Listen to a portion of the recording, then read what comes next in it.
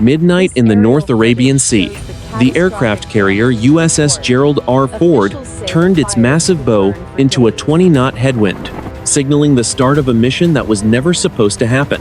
For 3 weeks, the strike group had maintained a standard presence, but tonight, the routine of maritime security had been replaced by the cold precision of a decapitation strike. Somewhere 200 miles to the north, the Iranian submarine fleet sat in the concrete pens of Bandar Abbas, unaware that their window of existence was closing in minutes. The air over the flight deck was thick with the scent of JP-5 jet fuel and the sharp, metallic tang of the salt spray kicking up from the hull. Below the surface of the black water, the cooling intakes of the nuclear reactors hummed with a low-frequency vibration that could be felt through the boots of every sailor on the steel deck.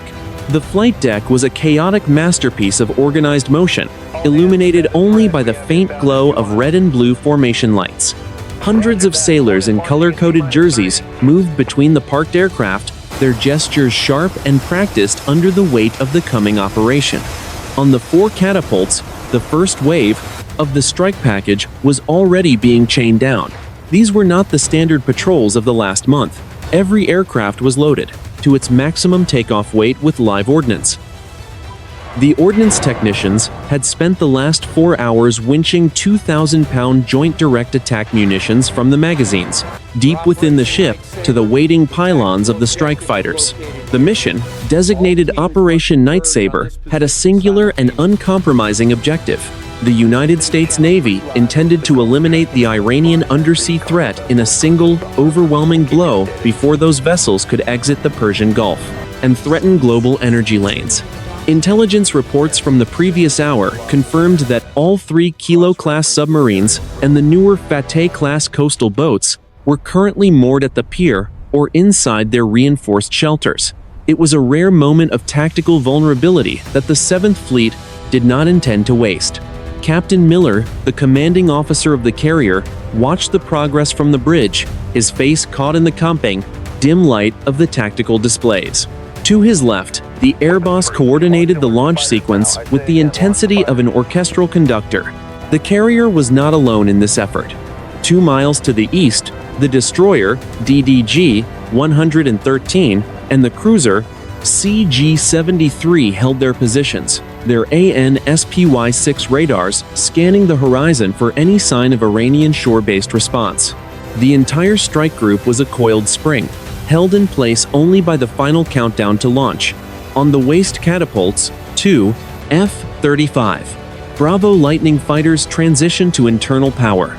Their engines let out a low, predatory growl that shook the very air in the lungs of the deck crew.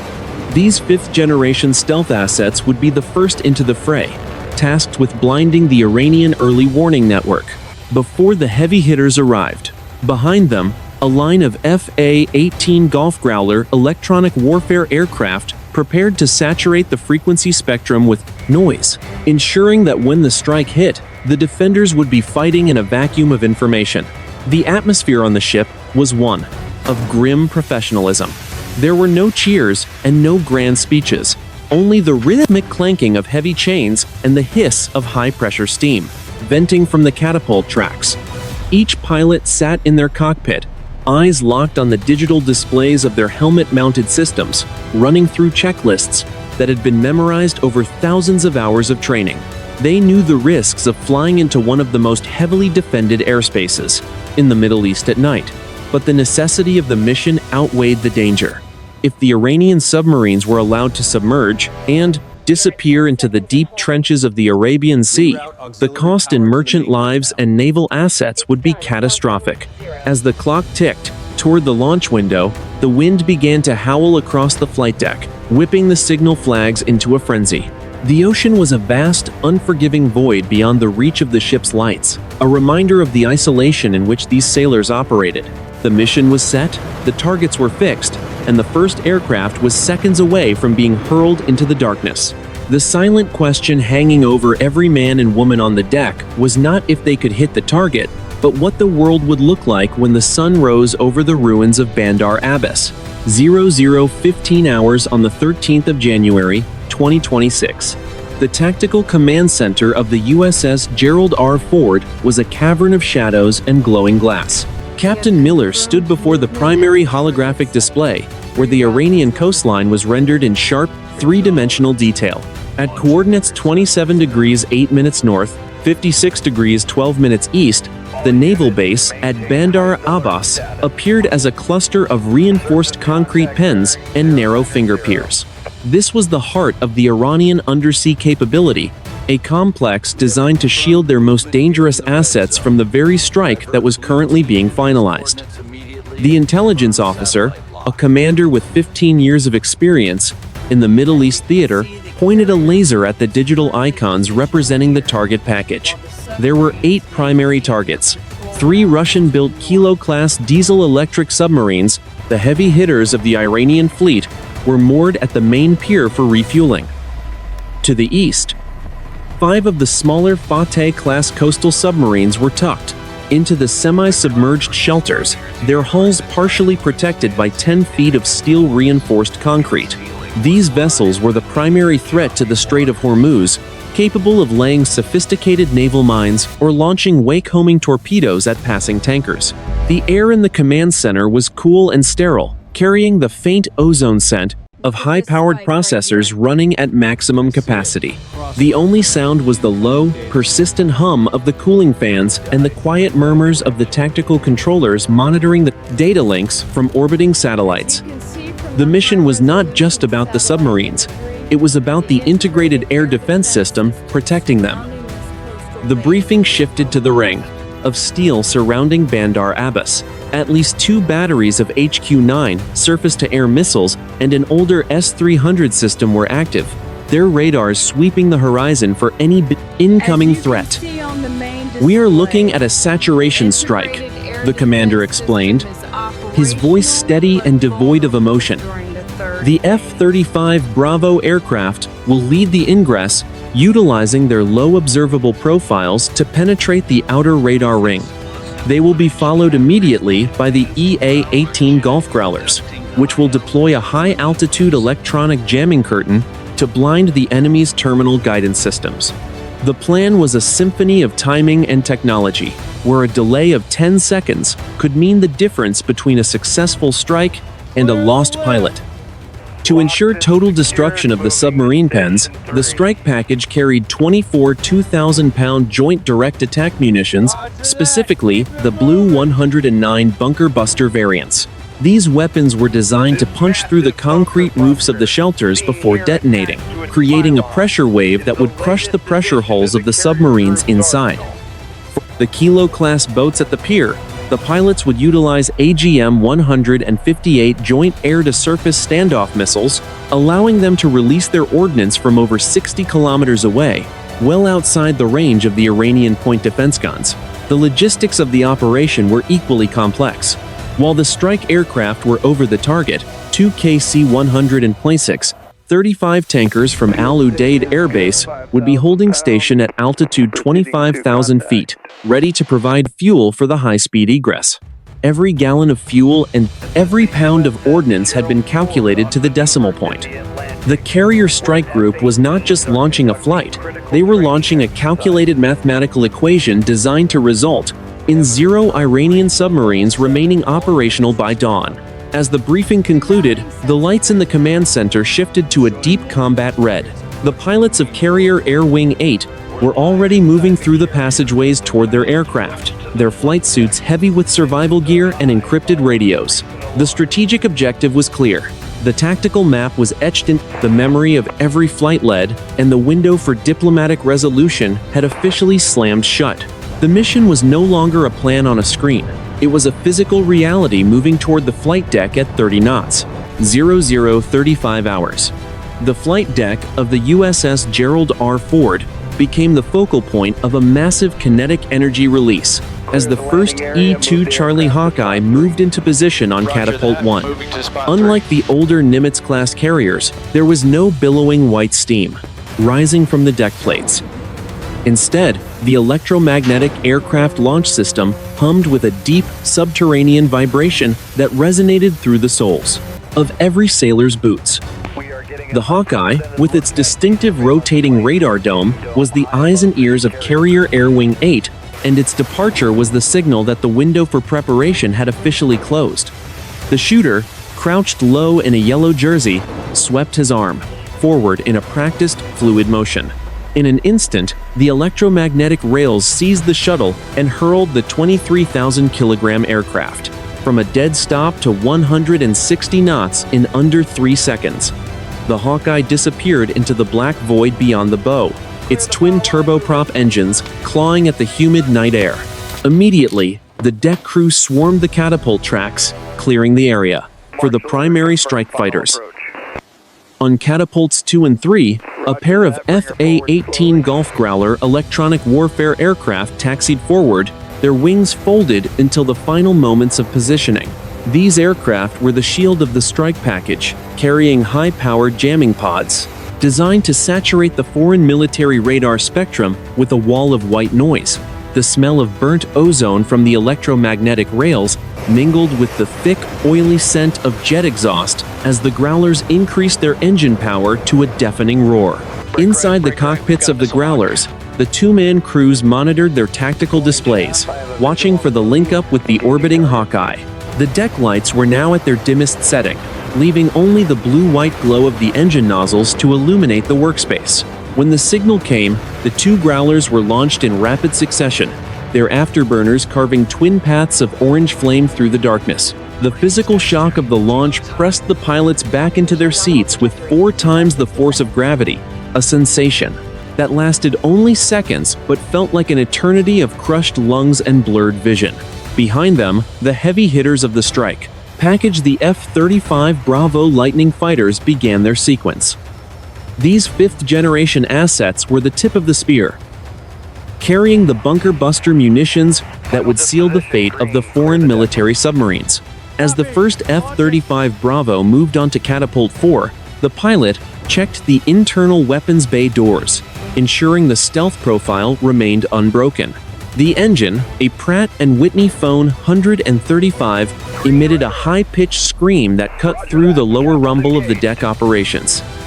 This was the most advanced fighter in the military forces inventory, and tonight, it would be tested against one of the most sophisticated air defense networks in the world.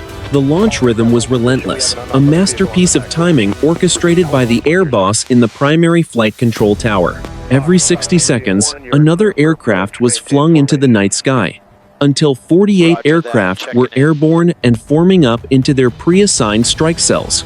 The coordination required for this volume of traffic in total darkness was staggering, involving thousands of sailors working in a high-risk environment, where a single misstep could result in a fatal deck accident. Despite the pressure, the movement was surgical. There were no wasted motions, and no unnecessary radio transmissions. The silence of the crew was a testament to their professional discipline. As the final aircraft, a pair of MH-60 Sierra helicopters for search and rescue, lifted off to maintain a hovering station near the carrier, the flight deck suddenly felt cavernous and empty.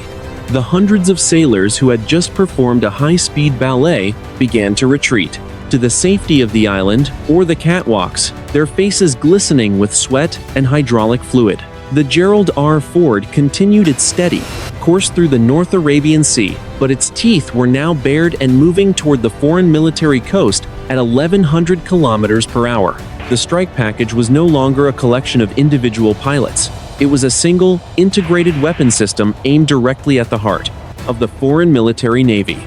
The sensory transition from the screaming chaos of the flight deck to the eerie quiet of the empty ocean was jarring.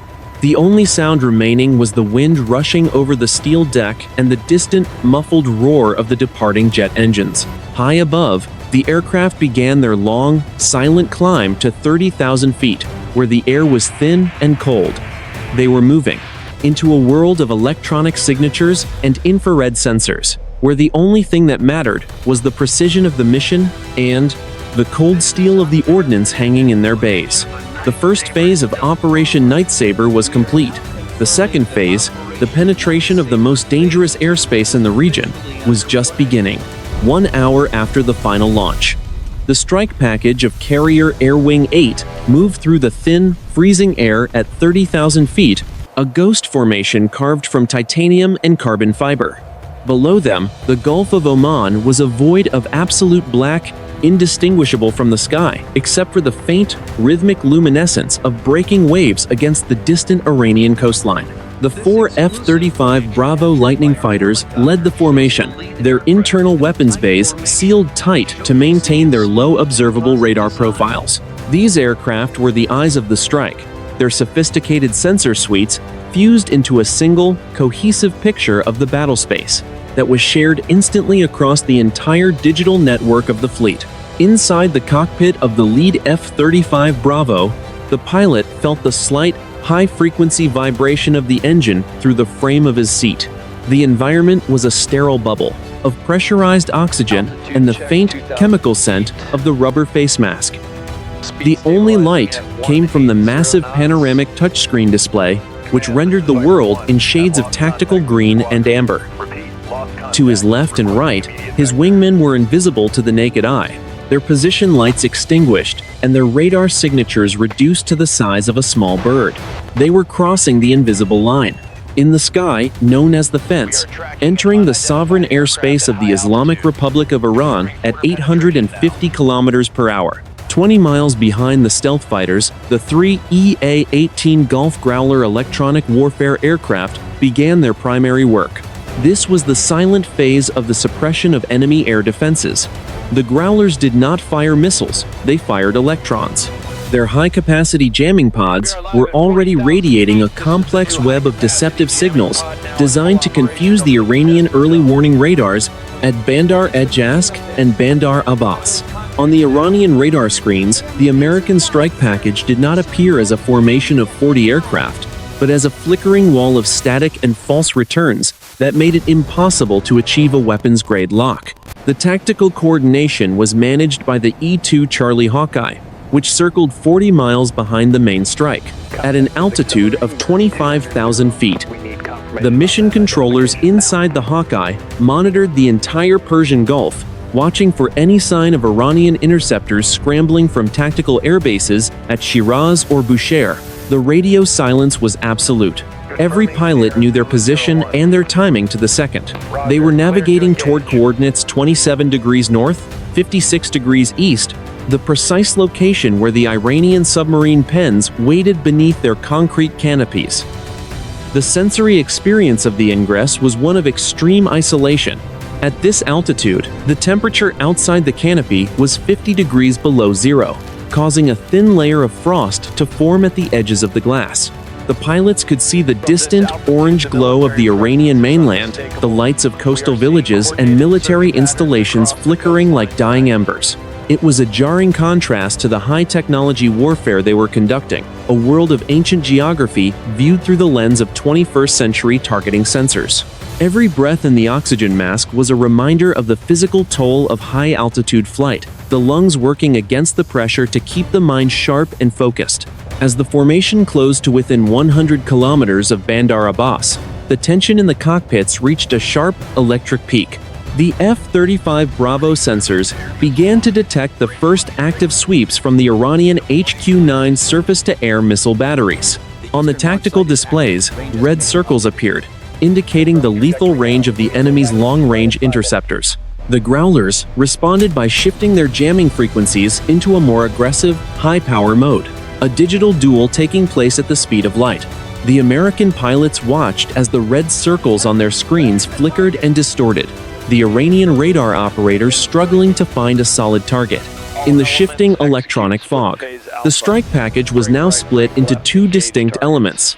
The F-35 Bravos and the Growlers would move in close to provide the hammer and the shield, while the FA-18 Super Hornets, carrying the joint air-to-surface standoff missiles, prepared for their long-range release. The logistics of the timing were critical.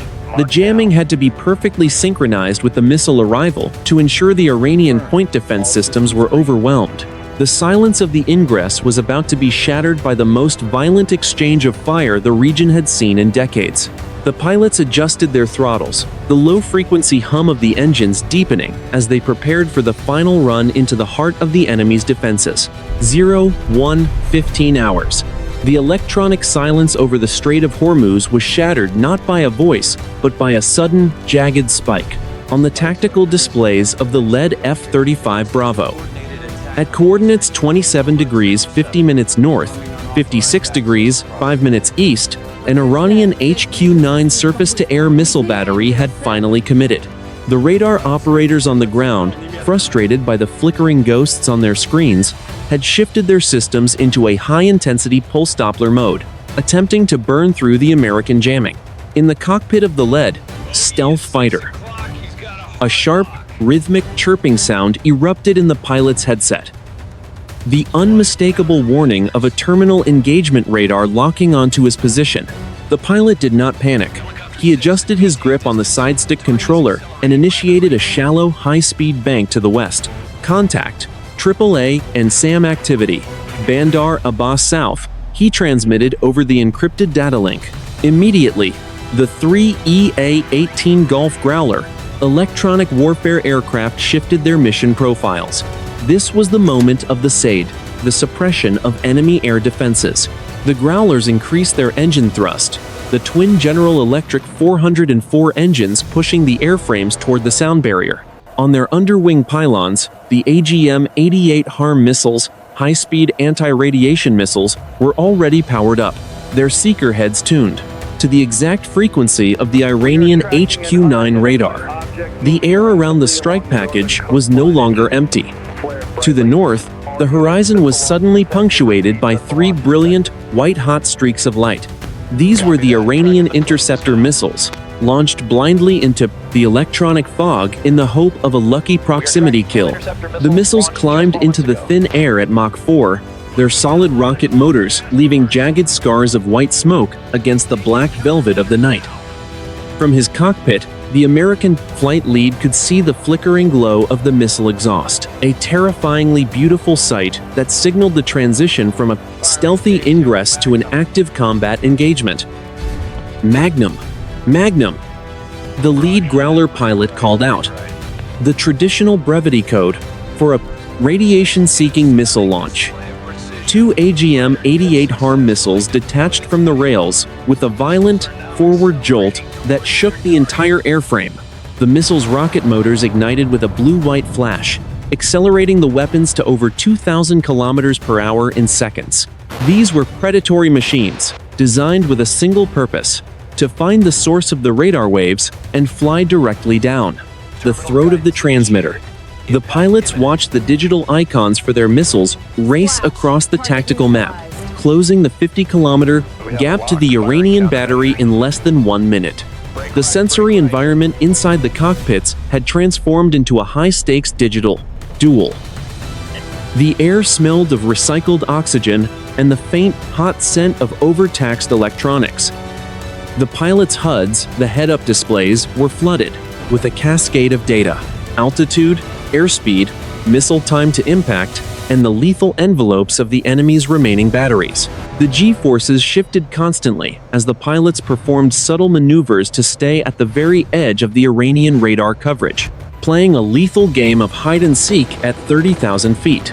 Below them, the Iranian coast began to light up with the frantic, rhythmic blinking of anti-aircraft artillery. Streams of tracer fire, glowing a dull orange, arched into the sky like slow-motion fountains of fire, though they were far below the altitude of the American jets. At 01:18 hours, the first AGM-88 HARM missile found its mark. On the infrared sensors of the circling Hawkeye, a brilliant white flash erupted at the site of the HQ-9 battery.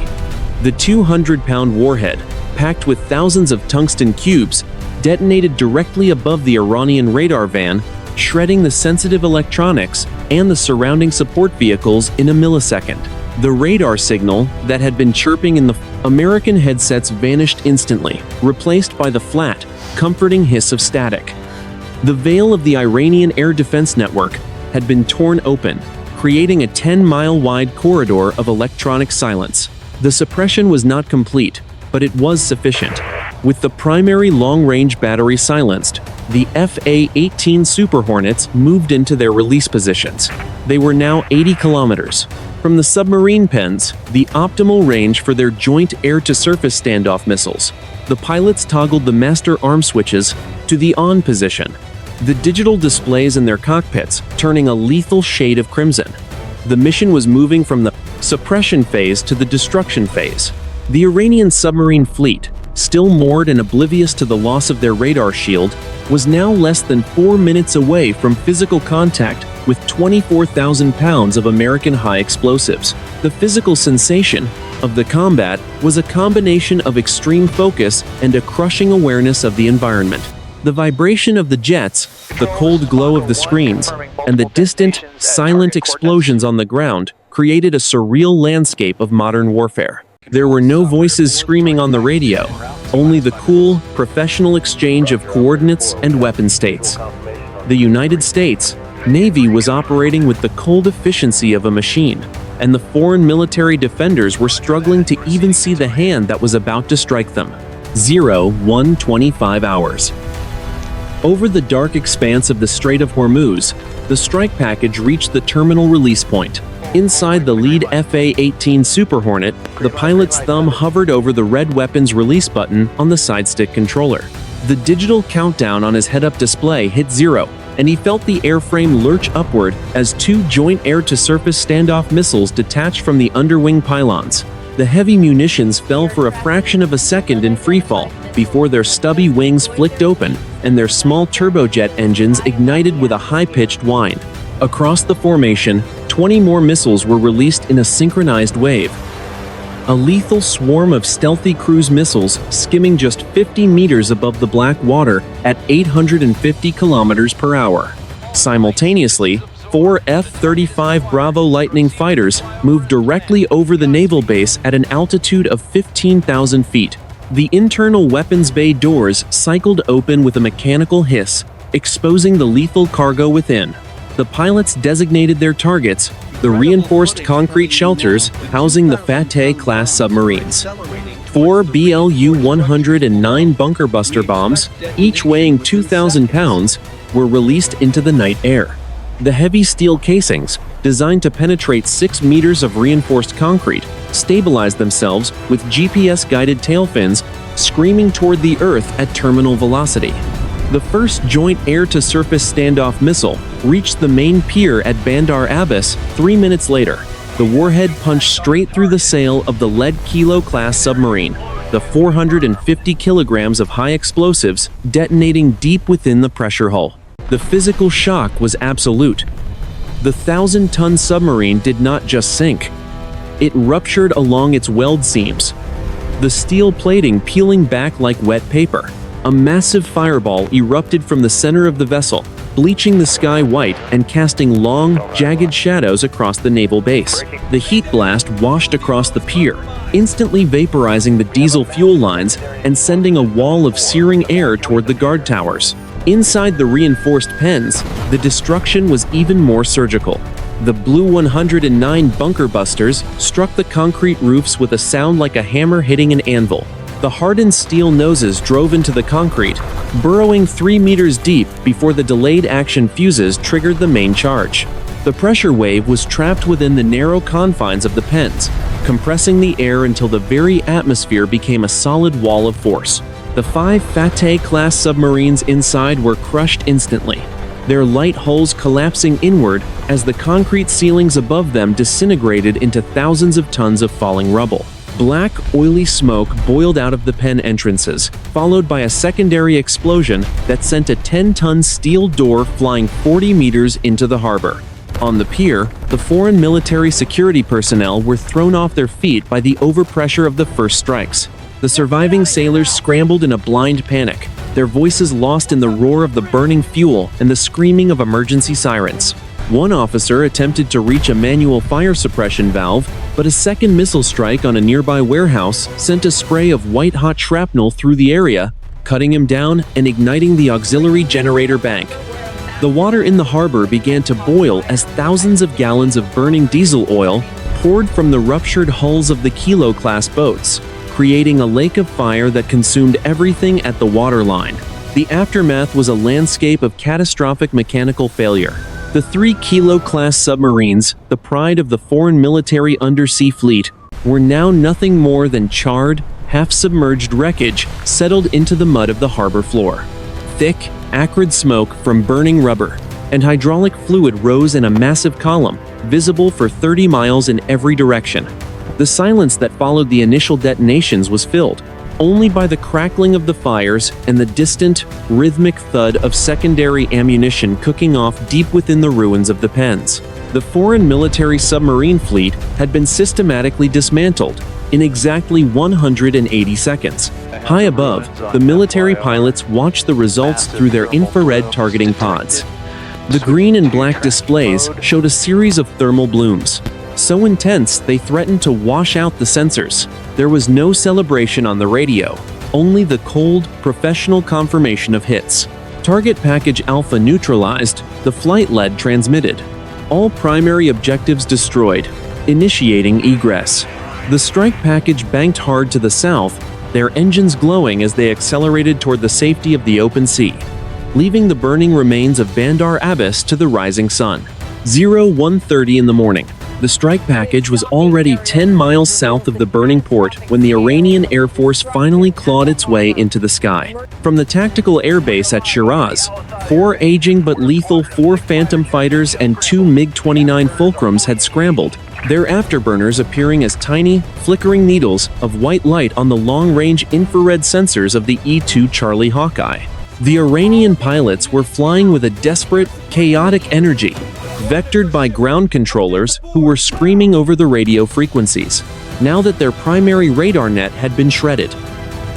The night sky, which had been a velvet void only minutes ago, was now a jagged landscape of red tracer fire and brilliant magnesium flares that bleached the darkness into a sickly, flickering gray. In the cockpit of the trailing FA-18 Super Hornet, the pilot's radar warning receiver erupted in a high-pitched, warbling tone. An Iranian MiG-29 had managed to achieve a momentary infrared track from a low-angle approach, attempting to exploit the heat signature of the American engines. The pilot reacted with a violent 4G brake to the left, his hand slamming the flare dispense button on the throttle. A string of 6 magnesium flares ejected from the fuselage, burning at 2,000 degrees to decoy the incoming heat-seeking missile. The heat from the flares was so intense, it momentarily illuminated the cockpit in a blinding white strobe, reflecting off the pilot's visor and the salt-stained glass of the canopy. The nest is stirred, the flight lead transmitted, his voice tight but controlled under the physical strain of the maneuver. All strike elements, engage defensive posture Alpha. Growlers. I need a wide-area electronic curtain on the Shiraz vector. Immediately, the 3 EA-18 Golf Growlers tilted their wings and accelerated, their jamming pods radiating a massive wall of digital noise that effectively cut the Iranian pilots off from their ground controllers. The Iranian MiGs suddenly found themselves flying blind, their radar screens dissolving into a wash of flickering green static that made target acquisition nearly impossible. Despite the electronic advantage, the Iranian 4 Phantoms pressed the attack, utilizing old-fashioned visual tactics in the moonlit sky. One Phantom dove from the high 6 o'clock position, its twin engines trailing a heavy soot of unburnt fuel that smelled of kerosene even at 20,000 feet. The FA-18 pilot watched the shadow of the enemy aircraft pass over his canopy, the physical roar of the passing jet vibrating through his flight suit. He pulled the nose up, his aircraft groaning under the stress of the tight turn, and waited for the tone of his AIM-9X Sidewinder missile. The growl of the seeker head filled his ears, a predatory sound that signaled a lock on the Phantom's hot exhaust. The pilot squeezed the trigger, and the Sidewinder shrieked off the rail, its rocket motor leaving a corkscrew of white smoke as it adjusted its flight path in microseconds.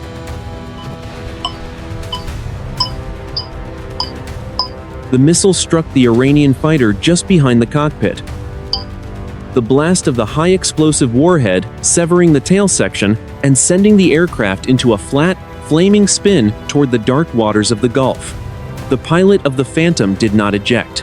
The wreckage hit the surface of the sea with a brilliant, momentary splash of white foam that was quickly swallowed by the shadows. The American pilot did not watch the impact.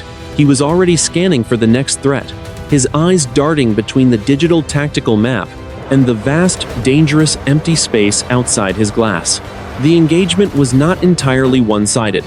A stray burst of 30mm cannon fire from a MiG-29 raked across the right wing of a United States Navy Super Hornet, the heavy rounds punching jagged holes through the composite skin and severing a secondary hydraulic line.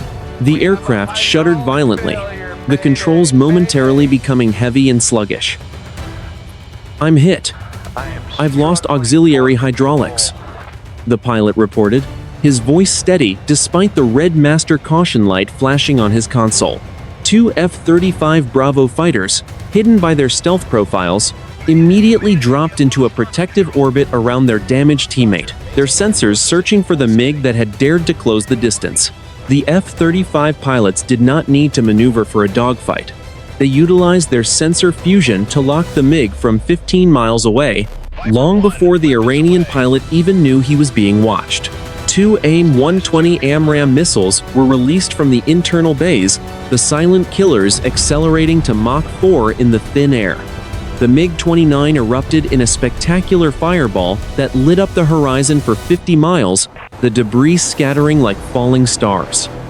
With the loss of their lead interceptors, the remaining Iranian aircraft broke off the engagement, diving back toward the safety of the mainland and leaving the American strike package to continue its egress into the open sea. The air in the cockpits was thick with the smell of recycled oxygen and the sharp, metallic tang of adrenaline.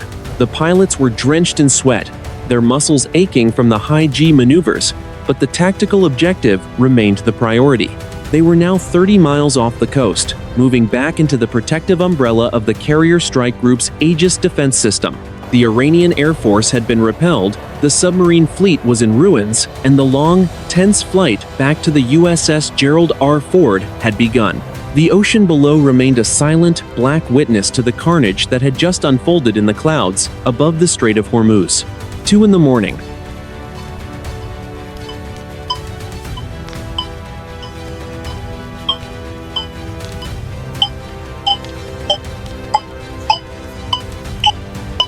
The strike package of Carrier Air Wing 8 settled into a steady, fuel-conserving cruise at 20,000 feet. The adrenaline that had sustained the pilots through the chaos of the strike was beginning to recede, replaced by a heavy, bone-deep exhaustion. Inside the cockpit of the damaged FA-18 Super Hornet, side number 402, Lieutenant Commander Vance fought to keep his aircraft level. The right wing, scarred by 30mm cannon fire, vibrated with a low, sickening frequency that he could feel through the control stick. His primary hydraulic system was holding, but the secondary lines were dry, and his digital display showed a slow but persistent drop in fuel pressure. Cajun 1-1. This is Ford Primary. The carrier's air controller transmitted, her voice a calm, stabilizing tether across the darkness. "We have you on radar at coordinates 25 degrees north, 58 degrees east. Your recovery window is set for 0245. Tanker is on station at your 12 o'clock, 10 miles. Vance adjusted his oxygen mask, the rubber seal itching against his sweat-slicked skin. He looked up and saw a faint, blinking green light against the stars, the KC-135 Stratotanker, a flying gas station that had flown out of Al Udeid Air Base to meet them. The process of mid-air refueling at night, with a damaged airframe, was a test of absolute precision. Vance eased his throttle forward, the twin engines responding with a labored groan. He watched the long, flexible hose and the illuminated basket the drogue trailing behind the massive tanker. The air between the two aircraft was turbulent, tossed by the wake of the tanker's 4 engines. Every time he closed the gap, the vibration in his damaged wing intensified, threatening to pull the nose of the fighter into a dangerous roll. The cockpit was silent except for the heavy, rhythmic sound of his own breathing, and the occasional crackle of the encrypted radio. Contact. Vance whispered, as the refueling probe on the nose of his Hornet seated firmly into the basket. For 5 minutes, the two aircraft flew in a delicate, lethal dance at 800 kilometers per hour.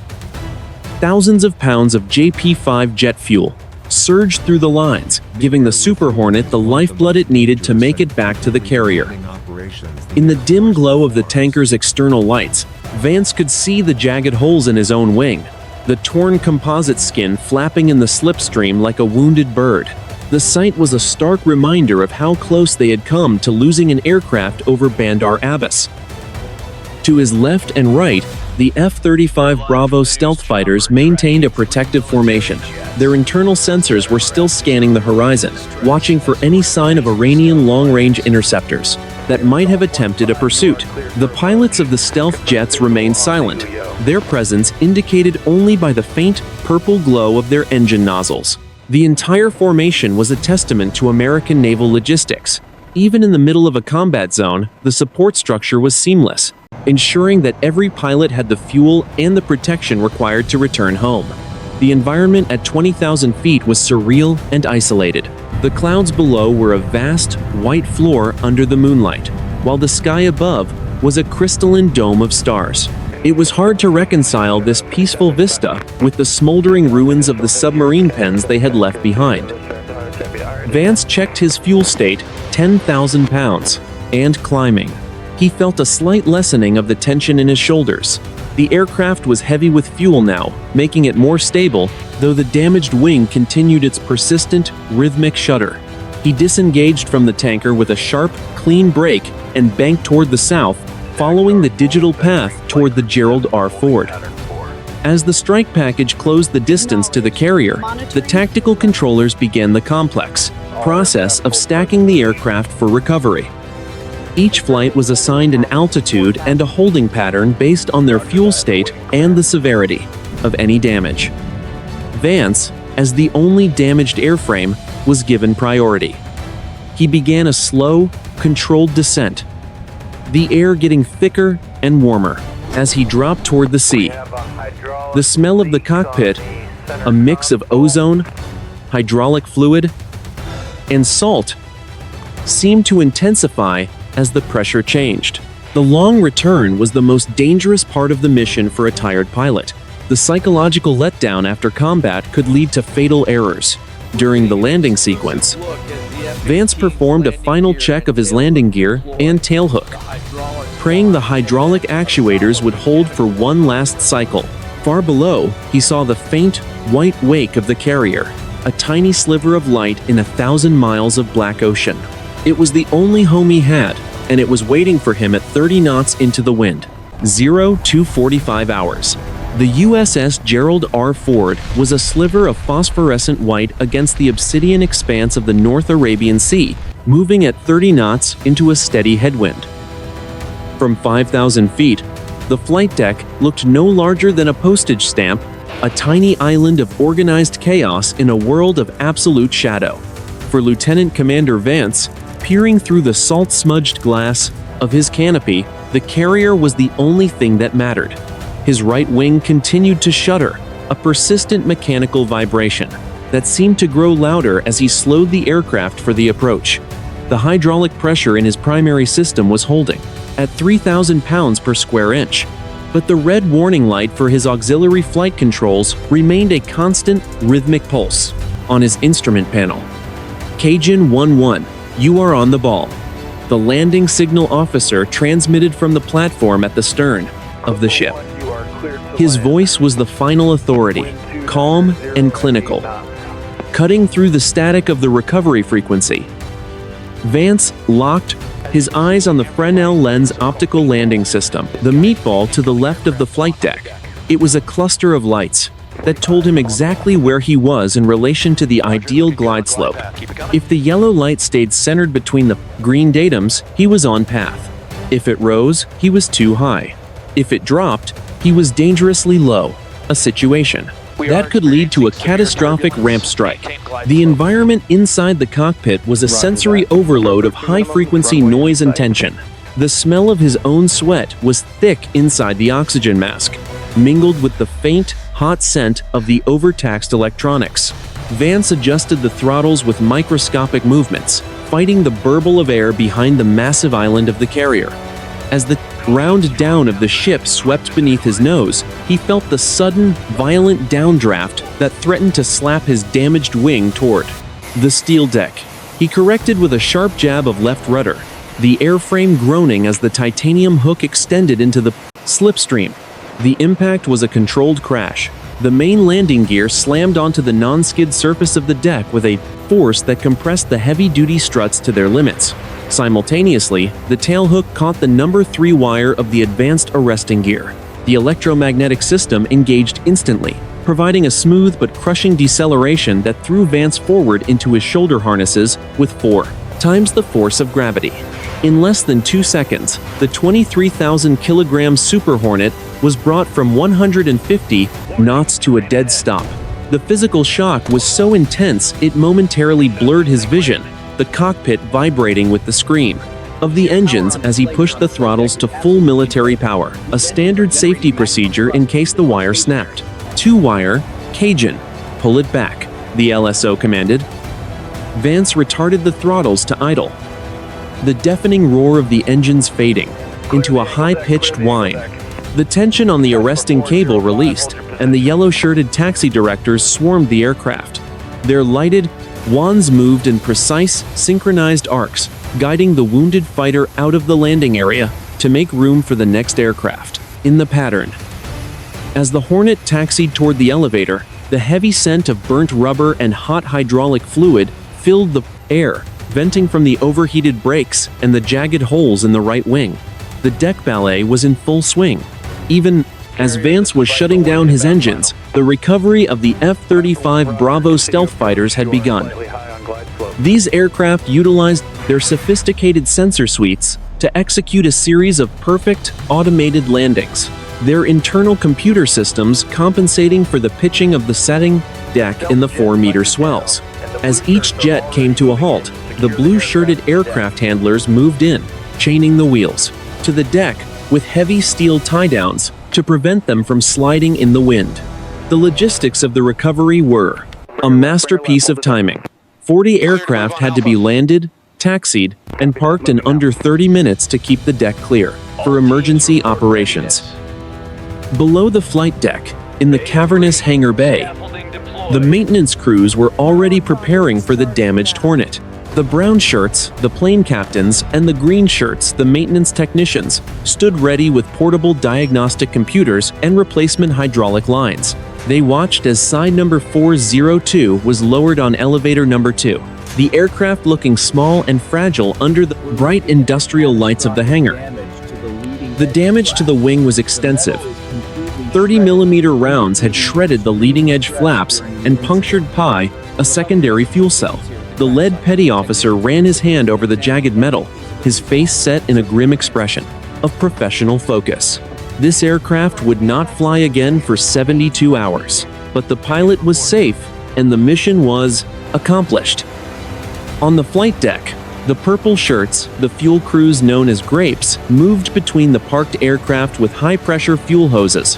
They were pumping thousands of gallons of JP-5 jet fuel back into the tanks of the strike package, ensuring that the air wing was ready to launch again at a moment's notice. The carrier was a living machine that never slept. A cycle of launch, recovery, and replenishment that continued regardless of the hour or the weather.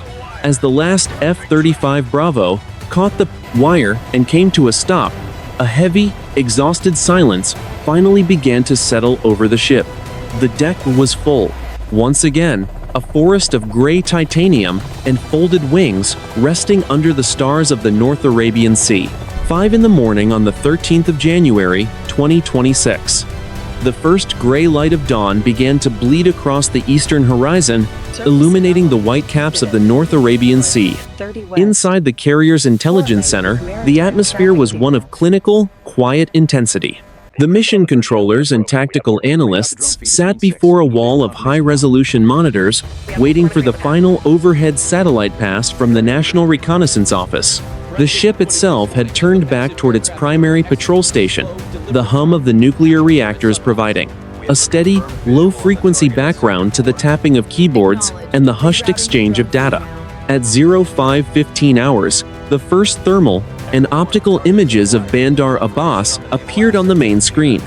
The naval base, which had been a hub of Iranian maritime power, only 6 hours ago, was a landscape of broken concrete and smoldering wreckage.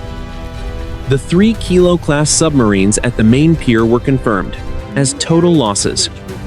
One was settled on the harbor floor at an angle of 45 degrees. Its pressure hull split open from the conning tower to the engine room. The other 2 were half submerged, their decks covered in a thick layer of black soot and fire-suppressant foam. The satellite imagery showed no signs of life near the vessels. The intense heat from the secondary fuel explosions had effectively sterilized the pier area. Final confirmation on target package Alpha, the intelligence officer announced, his voice carrying the weight of the night's exhaustion. 100% destruction of the primary undersea assets.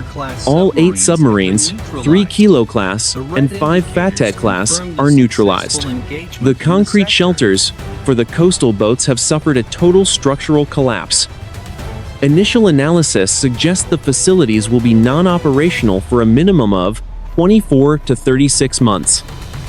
The strategic objective of Operation Night Saber had been achieved with surgical precision.